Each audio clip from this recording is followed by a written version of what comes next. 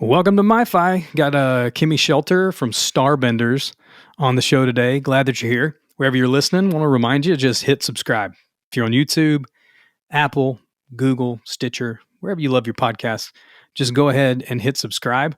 It was a great episode. Can't wait to get into it. If you've never heard of Starbenders, you're going to be a fan after listening to their stuff and hearing this interview with Kimi. So let's get into it.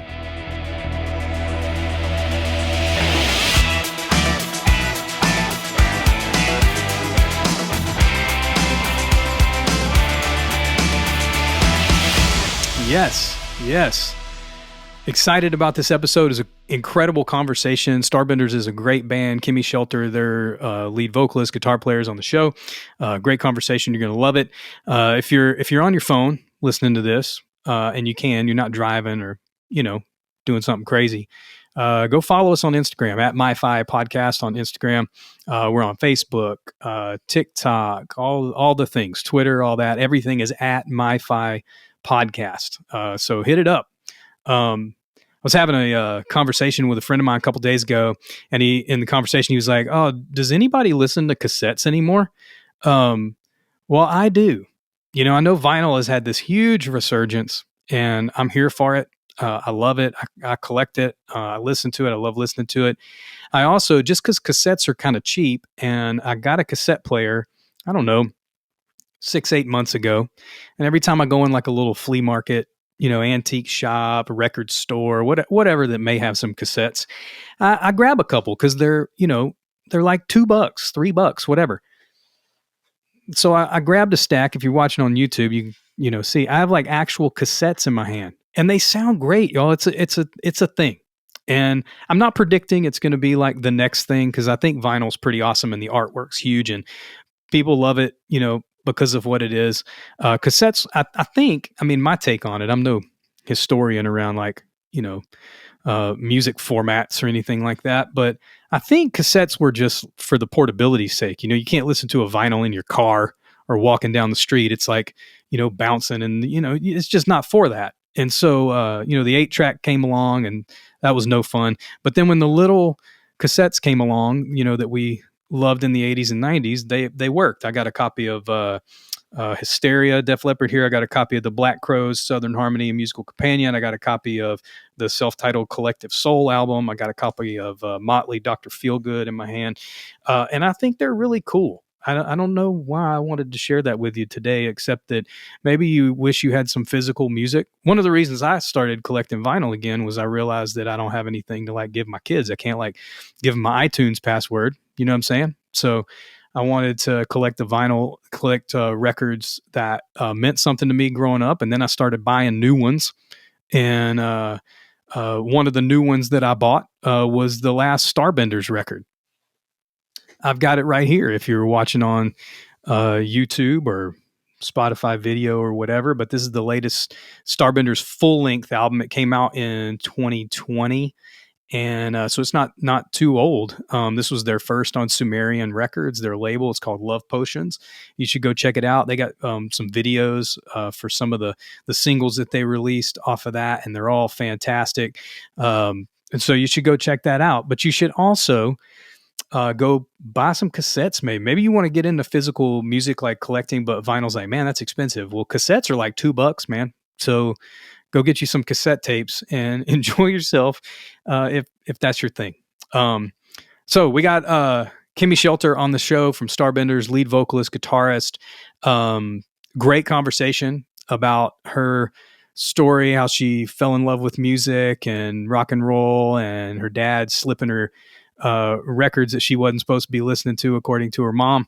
And I'm glad her dad slipped her some records, because Starbenders is a killer band. They've made some great records. You should go follow them on social media at Starbenders, and Kimi's Instagram is at Kimi Shelter. It's all in the show notes if you want to check it out. I love how they have been described before. I can't remember if I read this in their Instagram bio or whatever, but they're described as glitter punk rock and roll. Now, me being a glam rock fan myself, that appealed to me. Saw a couple of their videos and went, yep, this is definitely for me. Their newest single, If You Need It, is out everywhere on streaming services. You can watch the video on YouTube. It's a great video, chaotic in all the right ways. Love the look, sound, everything about this band. They just have it together. I saw them open up for the Struts. I talked to Kimi a little bit about that in the interview.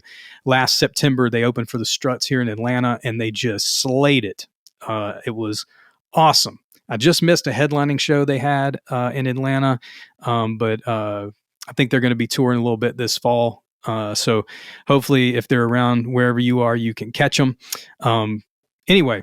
They're a great band. I talk a little bit about this, and I'm petitioning for this hardcore. They have an EP called Japanese Rooms that was just an import. I don't believe they were on Sumerian yet. Maybe they were. I didn't ask Kimi this, but they have an EP called Japanese Rooms. There's a song on there called Death by Amplifier, and another song that's on there called 21st Century Orphan.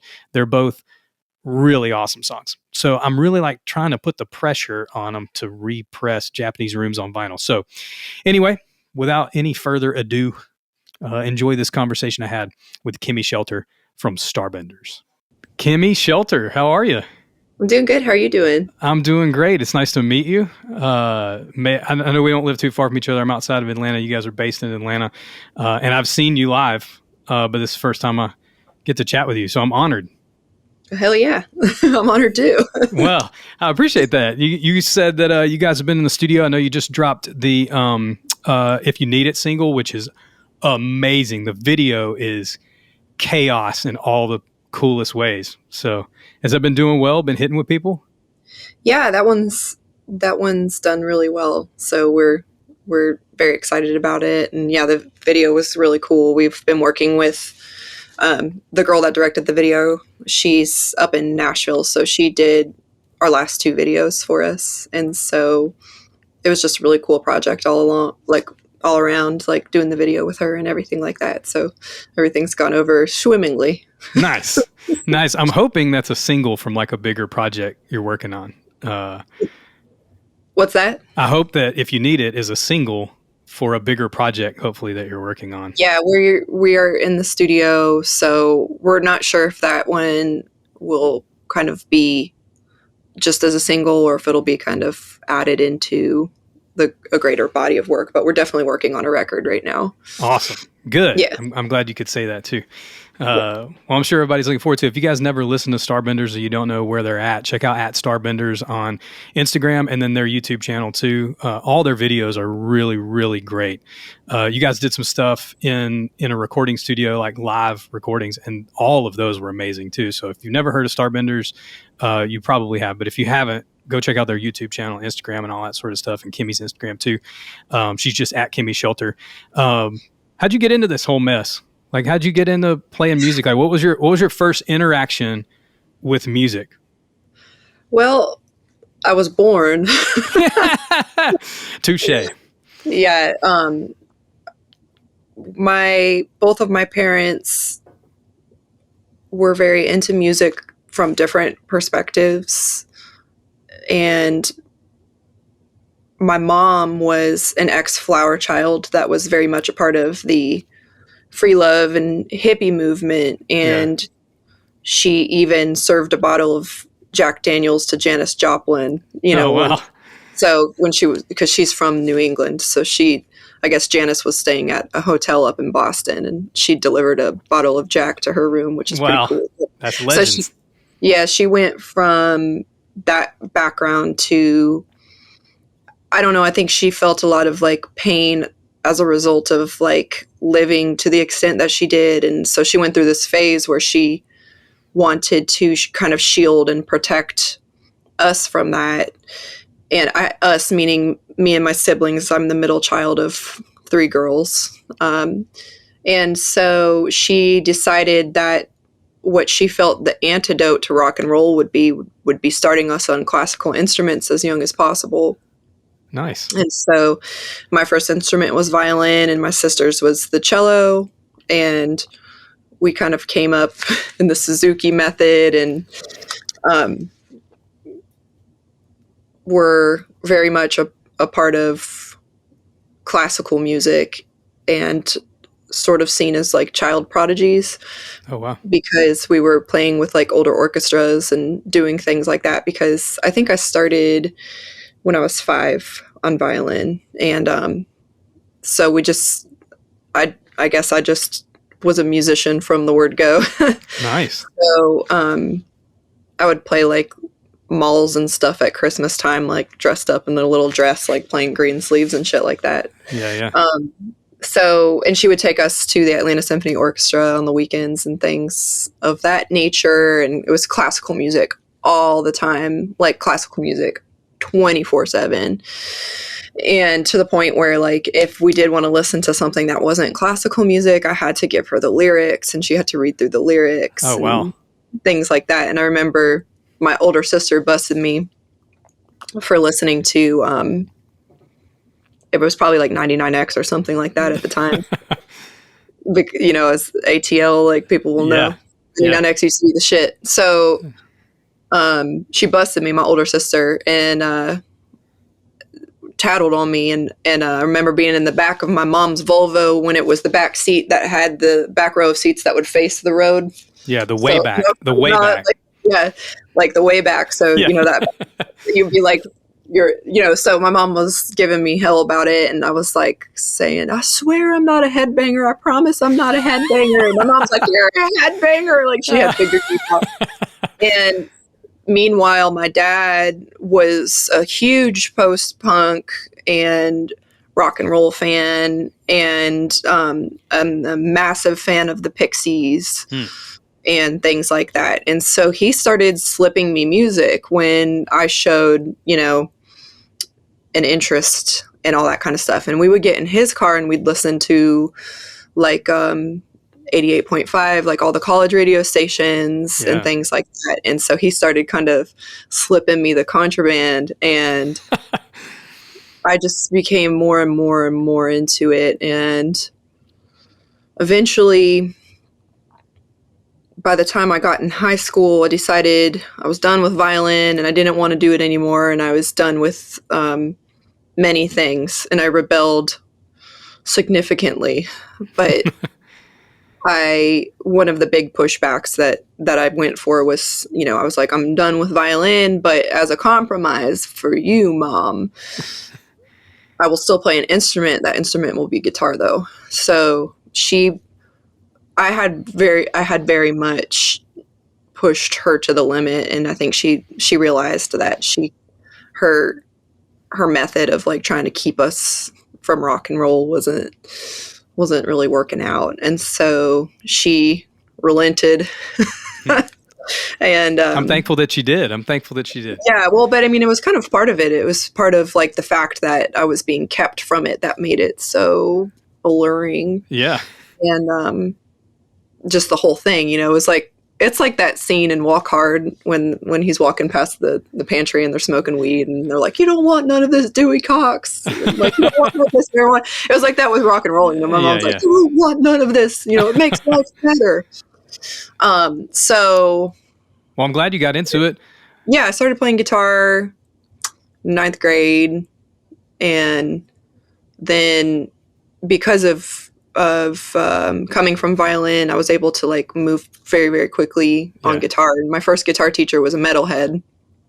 And so he realized that I was dexterous. And so he started showing me like Yngwie and all these guys that were neoclassical because he like knew I had this classical background. And I realized, you know, oh shit, you can just like play that shit I was playing on violin, but on a guitar with distortion, and that's like metal and that's shredding. And I was like, oh, you know, so I just became absolutely and utterly entranced with the guitar. And from that point on, I pretty much dedicated all of my life and my identity to it, to being a guitar player and just guitar in general and growing it.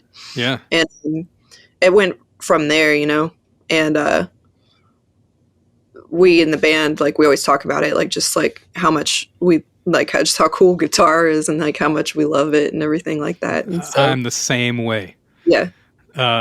Was there one of those records maybe that your dad slipped you like early on that you go, oh, that record was pretty pivotal for me?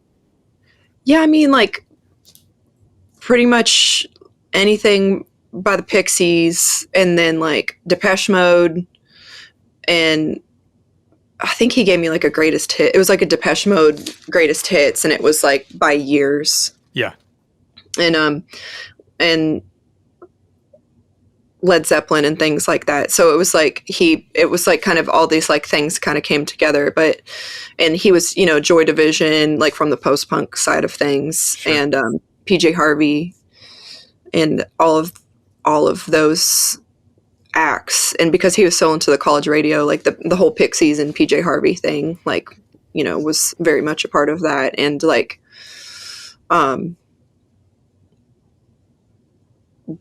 I don't know. It's like, it's interesting. Just the branching off of being, coming from those two things, and that this thing was, that the music was seen as contraband. I don't know. I think was really cool. I think it was a big part of like how I view music in general now, is it's like this thing that is a privilege. Like I view music as a privilege. Being able to listen to it and listen to what you want and possess it and things like that. So, yeah, that's awesome.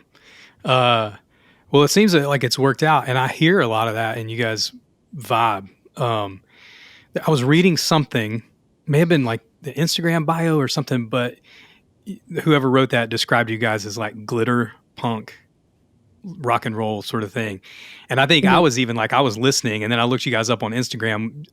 A while back, somebody gave me the Julian EP on vinyl, and I was like, who is this band? So I looked you guys up, and I was like, oh my gosh, it's like modern, like glam rock, but it's like punk, but it's like really well played and really well written and complex. And I don't know, I was just super attracted to it. And I've seen like pictures of Chris playing and you playing, and actually met a mutual friend of Aaron's, a guy named Lane, and we got to talking about the band one day, and I was just like, man, these guys should just be way bigger than they are. And so I hope the best for you guys, man. Actually, I'm sitting here with a copy of Love Potions. Nice. Yeah, it's really great. So I know that all those things have kind of combined to make the sound, and it seems like you guys are, really great friends and really enjoy what you're doing together. And, it shows. And I think that's part of the fuel that you have as a band. But I know it goes all the way back to these things that you were listening to and the music that you learned, that classical stuff and the stuff that your dad was slipping you. Was there a first show that you went to, maybe in high school, that like a band you saw that you went, oh my gosh, like this is amazing? My first real show was Van Halen. Oh my gosh. And it was when David Lee Roth had just reunited with them, I guess. Oh yeah. And, so a friend of mine, her mom wanted to take me and my friend for our birthdays, and so we were able to go and everything. And it was just, we were like in the nosebleeds, but I was like, oh fuck, because I was already playing guitar by that point and everything. And so it was just incredible to be able to go and experience and see a band like Van Halen. And I'm a huge fan. Well, the whole band is a huge Van Halen fans. So yes, that was like the first one. And then quite a bit of house shows and like small shows. By the time I was in high school, I was living down in St. Simons Island, Georgia, and like Brunswick. And so for shows, generally we'd go to like Jacksonville or Savannah. And but we did have quite a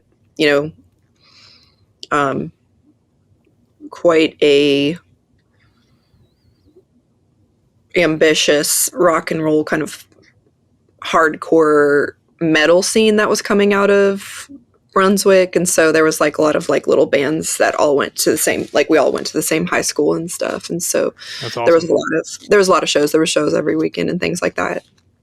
That's awesome. That were always getting like busted up by the cops and all that kind of shit. So yeah. You saw Van Halen though for your first show. That's pretty amazing. Yeah, down in Jacksonville. That's one of the bands that I never got to see, at least whole, and Eddie obviously influenced so many people. You do you remember what the first piece of music you bought with your own money was? With my own money, it was probably, so when I was starting to get into music and things like that, I got my hands on a record player. And at that time, this was before vinyl had its resurgence. So I started giving my friends at school like $5. I'd like give them a fin, and I'd write out a list of bands of records I wanted, and I'd have them go into their parents' record collections and rate it, and for like $5, because it hadn't had a resurgence yet, so nobody was like, all these like records were just sitting in people's basements, and I started to get very into it. So it was like, a lot of bands, I would just write out a list. And so it's probably like a lot of Led Zeppelin, because when I first was falling in love with guitar, Led Zeppelin was at the top of the list of what I was super obsessed with. Sure. Like, and so, yeah. Do you think that affects how you write? Because I know you guys are a really riff sort of oriented band. It feels that way. Yeah, I mean, Led Zeppelin's basically just like early metal in ways, of like as far as like the riffage and, and I think that like Emily, especially as a player, she has a lot of that like Bonham, just fucking hard hitter, like bombastic shit. Like she's probably one of the hardest hitting drummers that I've ever played with, girl or guy. And she's like a little whip. She's a phenom. But so I think definitely Emily takes a lot of inspiration from that world, and Chris does. Chris is a huge Zeppelin fan and everything like that. And then as far as I go, yeah, it's like kind of figuring out. They were really great at like interplay, the guitar and vocal interplay and things like that, and like figuring out how to do like call and response. And I think they're just so badass. Yeah. They're just so badass. And like all of them had such an incredible command of their instruments, and things. So like I love going back and watching all the like old black and white footage and shit with like just kids sitting cross-legged in front of them, and they're just like they're just so powerful and heavy.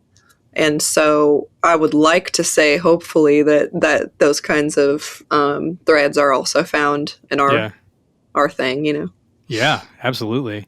I think watching videos like that of Zeppelin, or if you watch the Beatles Get Back thing at all on Apple Music or Apple TV, or Disney, I don't know what it was on, but it was amazing.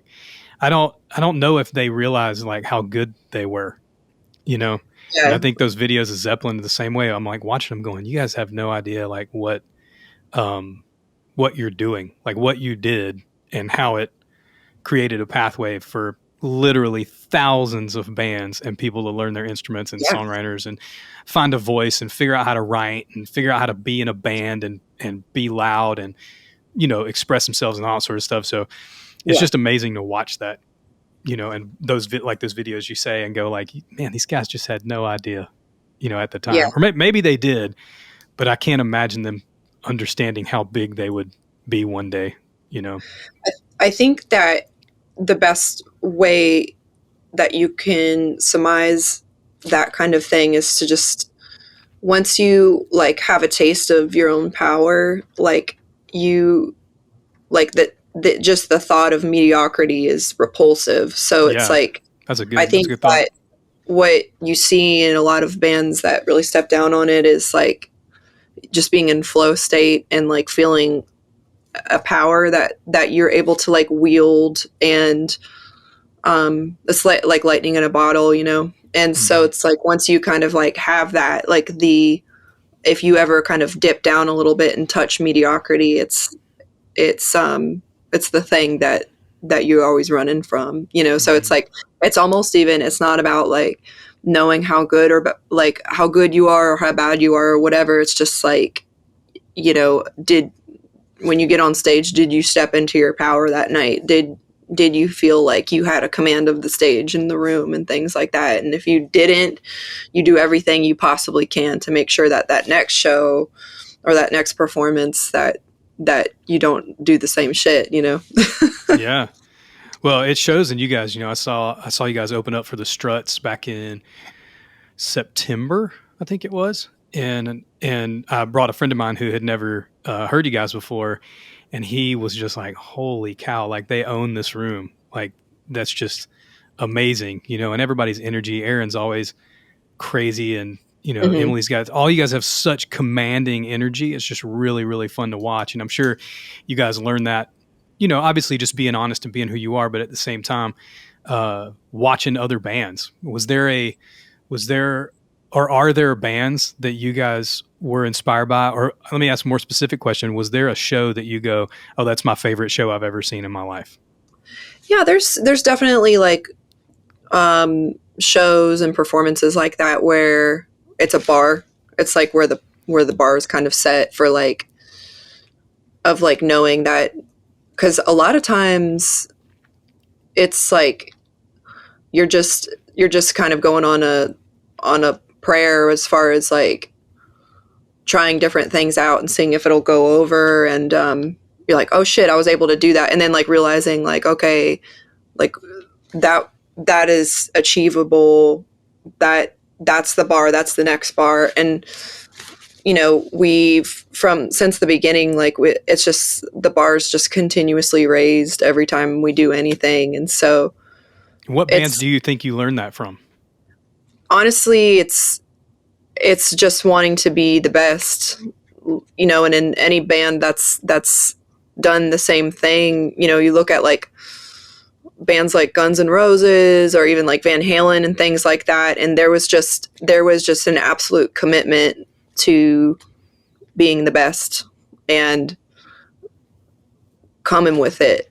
And like, I think that that's something that we push and strive for. And like our manager and producer and sensei, Nico, he's our fifth Beatle.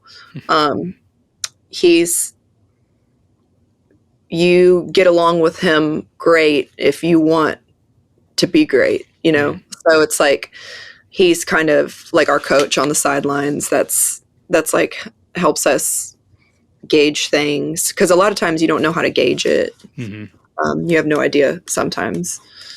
So we're able to have like real-time feedback and things like that, like from somebody that we trust and knows what we want for ourselves too. So we're just like pushing because we want to do this for the rest of our lives, and we do see it as a privilege, and nothing's been handed to us, and nothing will be handed to us, and we don't expect it to. And it's just every day that we're able to do this as a career and as a profession is like a dream come true. So it's just kind of like, that's just it. It's just knowing and going out there and, opening for bands like the Struts and things like that. It's like, for me as a singer, like knowing I'm about to get on the stage and open up for like somebody like Luke, who's got one of the most incredible voices in modern rock. Yeah. Right now, you just know, you're like, I'm absolutely unwilling to not be able to claim that spot as the opener, like, and let these people know that are just seeing us for the first time that we deserve to be there. Yeah. So, well, you did. You deserve to be there. Oh, thanks. Y'all killed it. I read a book a couple years ago called Nothing But a Good Time that was about the history of like the LA strip scene and all that. Like 1978 started with Van Halen and went all the way to like 93, and it was like an interview based book. It's fantastic. If you never read it, you probably love it. But one of the things Nikki Sixx said in the book in an interview was all the bands that succeeded were all the bands that had no plan B. And he talked about like Guns N' Roses and Motley and Rat and all these bands, in the early scene. And, later he said the bands that came along, one of the reasons the scene died is because bands came into the scene and went, if this doesn't work out, then I'll go do something else. And he was like, none of us had the attitude. We were like, we're going to die trying to make this happen, And so to hear you say like, it's that commitment, it's that his thing is pretty great, Yeah. I mean, we referred to it as burning all the ships, So every time something kind of happens or you get rattled, you're like, oh, I guess I had one more ship, and like realizing it, or just like staying in it, and Yeah. none of us have a plan B at all, you know. So it's like this is all of the plan, you know, I guess. So well, it seems like it's just continued to grow. Like everything's continued to grow. That's all you can do, man. Yep. That's all you can do. And it's like success looks many kinds of ways. This is a different age we live in and things like that. And I think that like a lot of the definitions that people are using or looking at, or even like the models that people are looking at, it's like they need to be redefined according to, you know, where you are, who you are, how hard you're willing to work, and how bad you want it. And, you know, it's just part of it. And it's like, I do believe that anything good is possible. So it's like any day that we're able to like get through the day and know we're going to wake up and go about it again the next day and things like that, is like, that's all you do. It's just, you know, it's truly one day at a time. Yeah. That's all you can do. You know? I know you opened up for the Struts. I'm sure you've done some other cool openings. Has there been a favorite that you're like, oh man, we loved being on tour with this band? They inspired us, or they were just fun, or like, you know, who's been your favorite sort of like tour that you gotten to do? Well, the tour we did with Alice in Chains back in, oh wow, I think it was 2018. It was either 2018 or 2017. I can't remember. That really was like a huge turning point for us. And it was like kind of what I'm saying, like about like having to earn your place, sharing that stage. And those dudes are fucking, they don't play, you know, they can smell weakness, you know, and like we got on that tour kind of like as a fluke. Just in terms of like, we didn't even have a booking agent when we got on that tour, and it was William Duvall, the singer who replaced Lane. He just really dug our band and stuck his neck out for us and got us on that tour. And so we had to also make him look good, you know, because he was like, no, trust me, like, you know, like, because we weren't even like where we are right now as far as like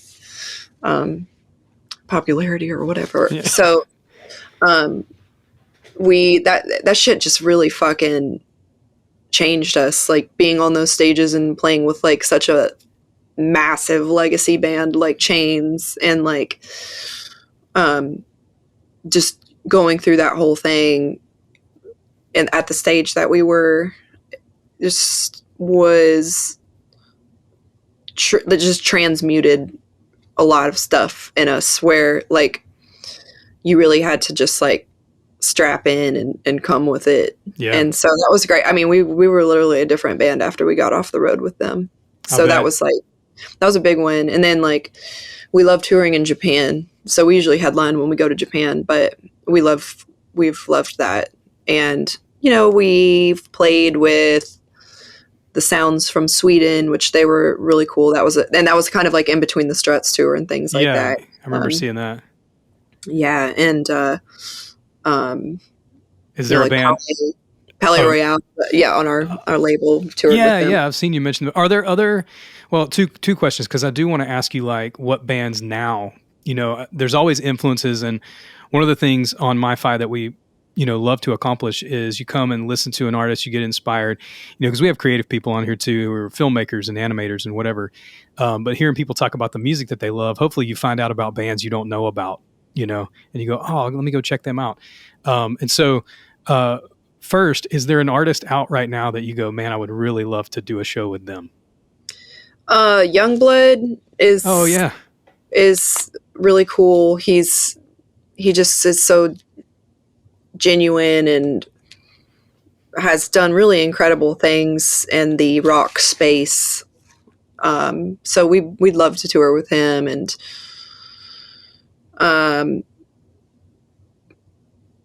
I think like it would be really weird and cool, like weird in a cool way to like tour with like somebody like Dua Lipa, you know, like we will, you know, are interested in kind of crossing genres and things like that. I think that especially because like you have shows like Stranger Things and things like that are like presenting people with like wrapping their heads around like rock and roll, and it being, and like I think like industry too is starting to see that like rock is commercial again. Like it can, like, hey guys, I know you completely forgot about us, but we can make money, you know. So I think that just like crossover opportunities and things like that, and even like, you know, like getting to play with all kinds of different artists is very appealing to us. As far as what I listening to modern artists, I am admittedly don't listen to too much modern music, but I did get very into, so Alex Lifeson from Rush, he has a side project called Envy of None, and they put out a record that's just absolutely incredible. So I'm very much into that. Envy of None. Envy of None. I'm always keeping notes because we'll put in the show notes all the bands that we talked about on here. So if you ever want to go back, you know, and go like, oh, I remember Kimi said this or that or something, you can look in the show notes and check it out and go check out some of these bands. So, what is so far? I mentioned to you before we started recording, but Japanese Rooms was an EP you guys did. Yes. That Love Potions is awesome. I was realizing, like, because a lot of times I'll end up like watching, you know, you guys on YouTube or something like that. But when you put a vinyl on, and I threw Love Potions on last night, just kind of getting my mind around Starbenders a little bit for the interview today, and I realized like how many what I would call like singles or hits that are on that record, like really, really great songs. But Japanese Rooms is still my favorite. I love that. And it shows that you're a classy guy. Well, I appreciate that. I don't know what that means, but classy guy. Yeah, Death by Amplifier and 21st Century Orphan. So I'm making a public appeal for the sake of everyone who needs that record on vinyl for Sumerian or whoever. I know it was an import, but we need it in America. I need Japanese Rooms on vinyl, and I'll stop bothering you all on Instagram about it. Okay. Sounds good. Okay. Speaking of that, what's your favorite piece of art?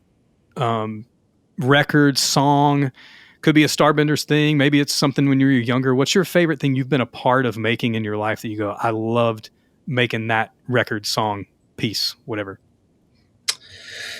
I mean, I think they each have a different spot in my heart. Julian is definitely near and dear to us because it was the first record we did with Emily in the band. So that was when we really were solidified, and having her kind of click into place was just a big changing moment creatively and energetically in the band. And so I've got a lot of love for Julian, and yeah, Love Potions was special to us too. It just was one of those situations that I referred to earlier of just having to like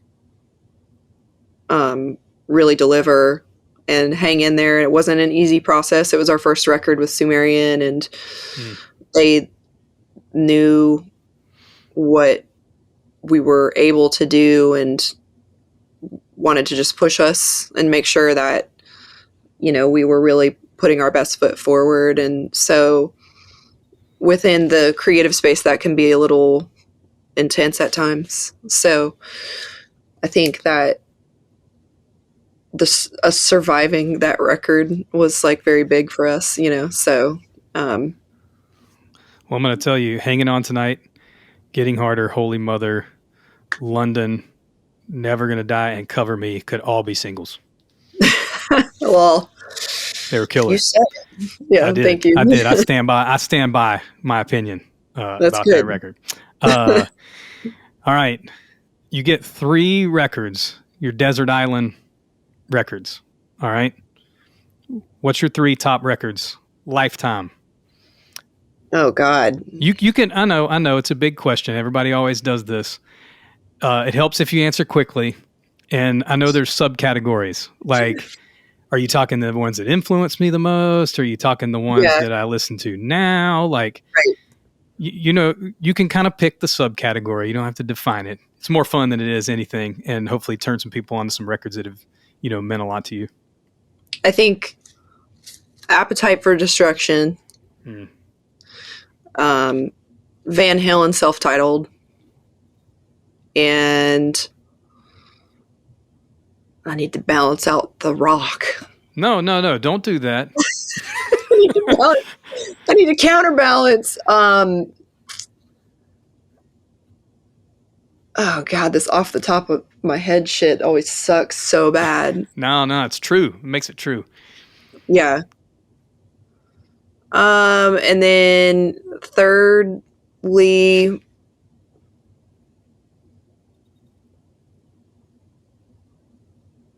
probably anything by Depeche Mode. Yeah.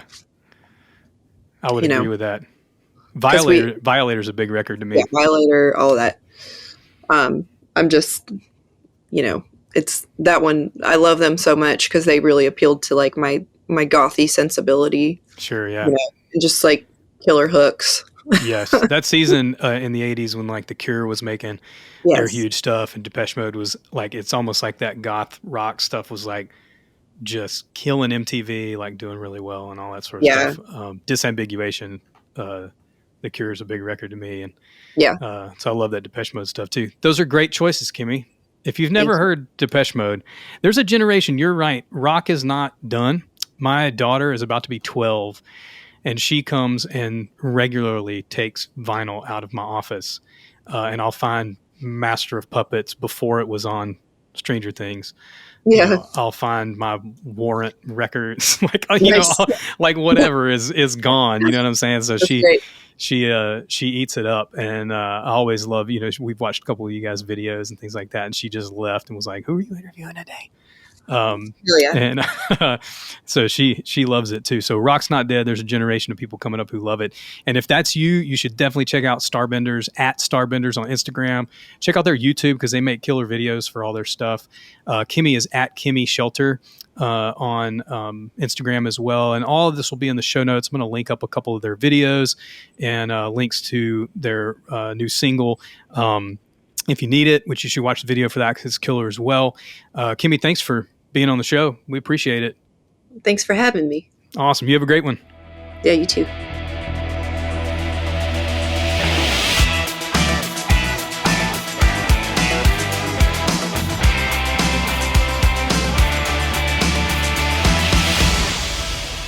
Well, I told you, great conversation, great band. You should go check them out. I said it a bunch, but I'll say it again. Go follow them. Check out the YouTube. Watching their videos, like they're just fantastic. So go check out Starbenders. Want to say thanks to Kimi for being on the show today and for writing and making great music with their friends. They have a really cool dynamic as a band. If you watch them, you know, they're on social media or whatever. They're always joking around. Seems like they're really great friends. And I love that about bands. It kind of encourages you that they're going to stay together for a long time and make a lot of music for us to enjoy. I definitely think that's the case with Starbenders. So make sure and go check out the music. All the links and stuff are in the show notes. And go follow MyFi on social media as well. We're always posting when we have new episodes out or when people who have been on the show release new things. We like to let you know about that too, because once somebody's on the show, they're kind of part of the family here at MyFi. So you should go check out the show notes, click on the links, check it all out. And then follow us on social and really help us out. It really helps out if you subscribe, you know, wherever you listen and rate and review, you know, all those things matter for podcasts like us. And so anyway, until next time, you guys have a good one.